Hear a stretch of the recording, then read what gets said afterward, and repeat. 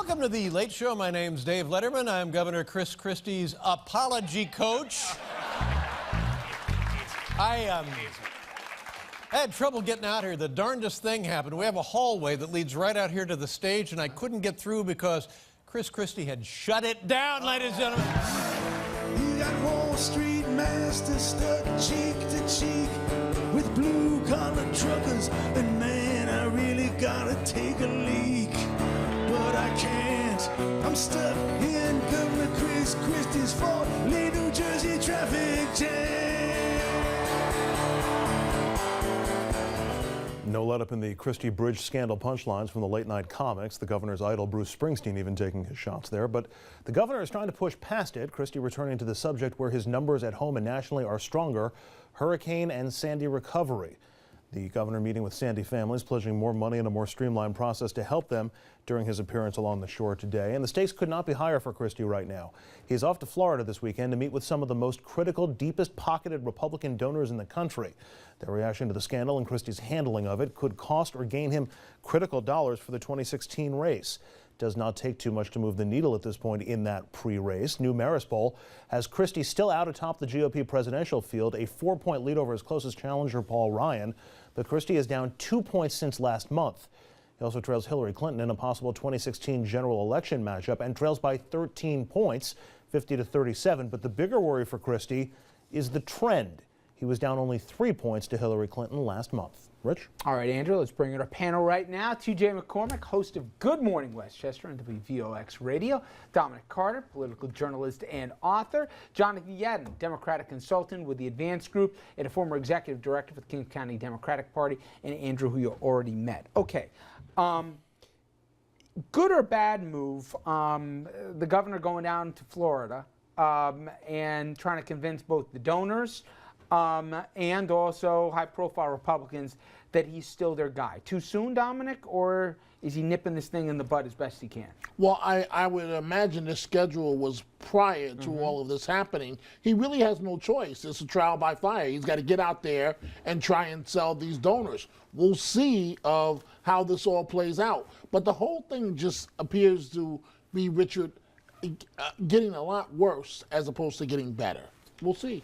20 subpoenas, TJ. Yeah. Okay. And we already know from his press conference, I thought he did as well as he could have given the circumstances. Sure. He didn't just throw him over under the bus, especially Ms. Bridget Kelly. Yeah. He backed over 3 or 4 times before he left.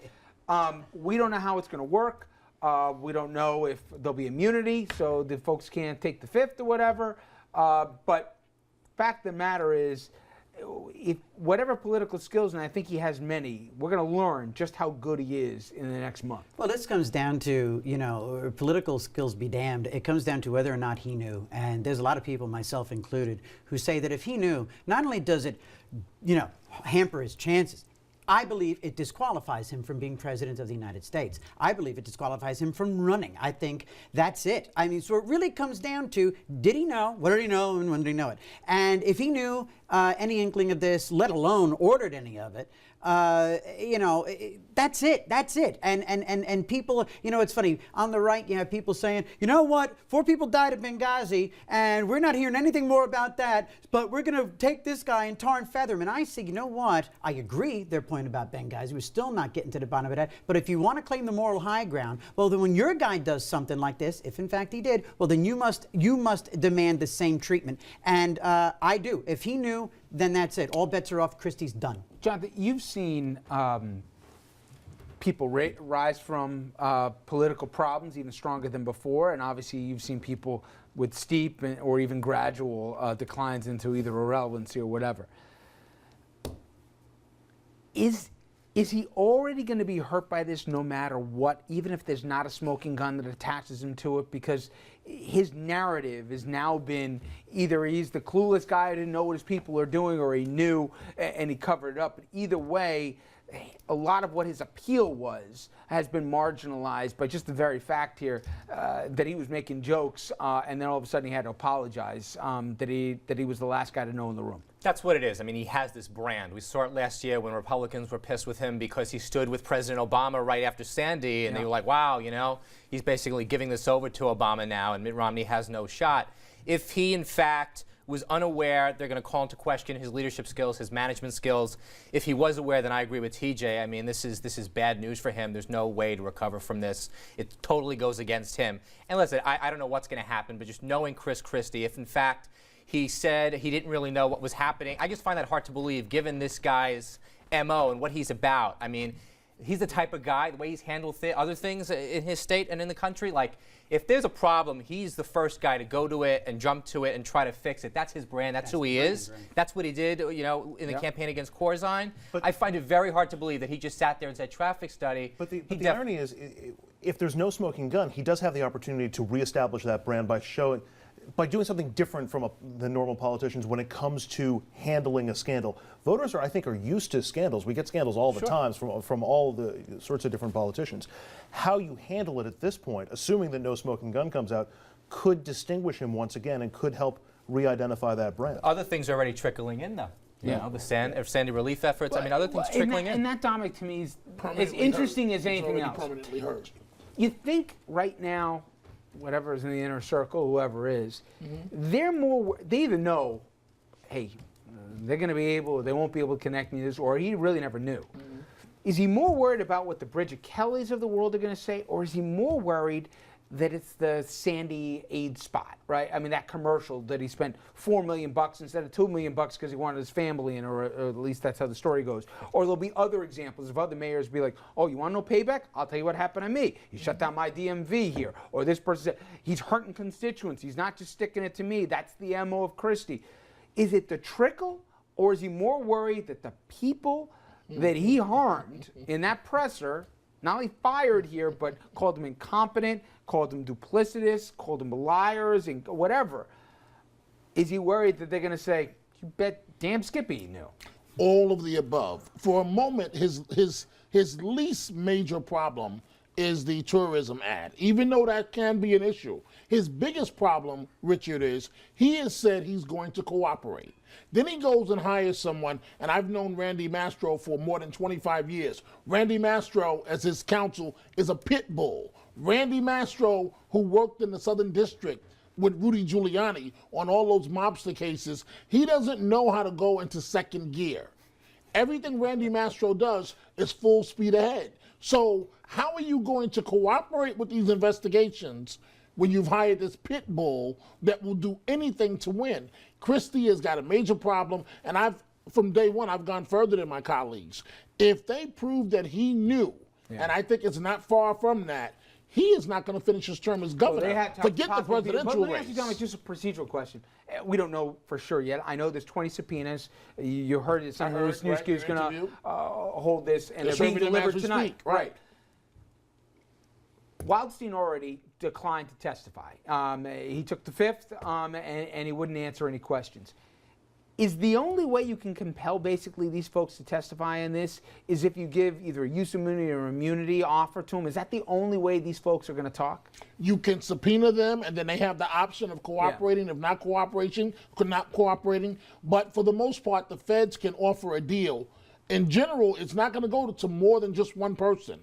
Whoever takes the deal first. So whoever wants to cooperate with the feds, assuming that you have something to offer them. Yeah. And I'm sure there's somebody somewhere. The governor has so many enemies. Somebody somewhere has all the details on this.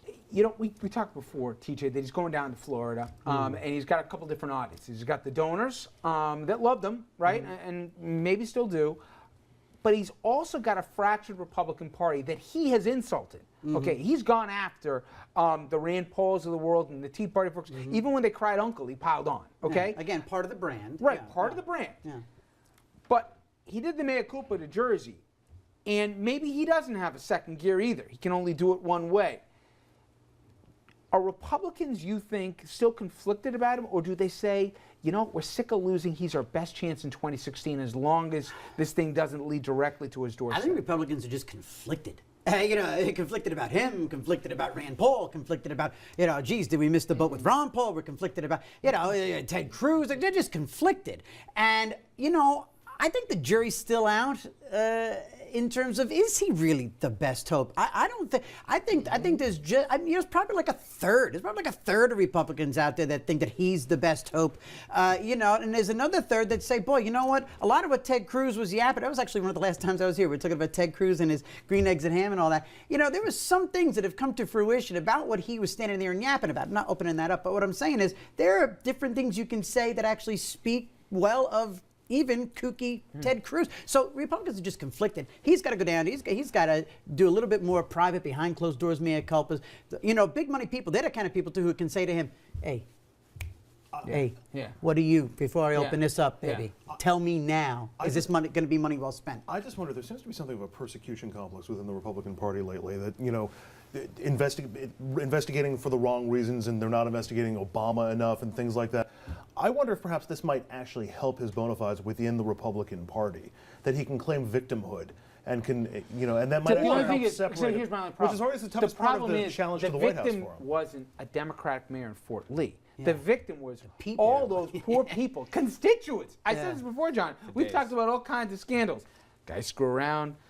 People line their pockets. They're creeps. You got freaks in, Toronto, and you could, But this is the first one I remember where they intentionally, maybe not him, but certainly senior staff, intentionally set out to screw their own constituents. I can't think of another one.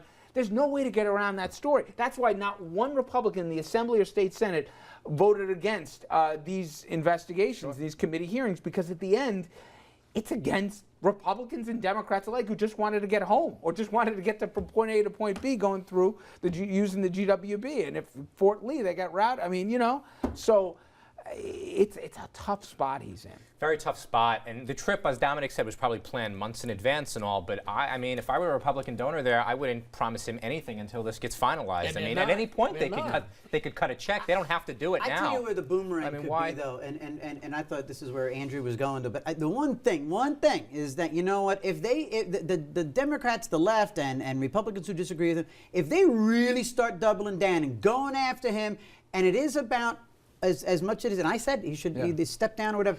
They got to be careful, though, because there's a lot of politicians, including the president, who have been able to sidestep and dance around issues based on I didn't know. Well, let me just tell you. So they got to be careful. Right now, I spoke to, and Assembly Wisniewski is really the power broker here, who's going to be leading the investigation, and even Loretta Weinberg, who runs the Senate committee, she's deferring to him on a lot of this. They're going to make sure they don't have the exact same, subpoena list, so they're not going to duplicate each other's efforts.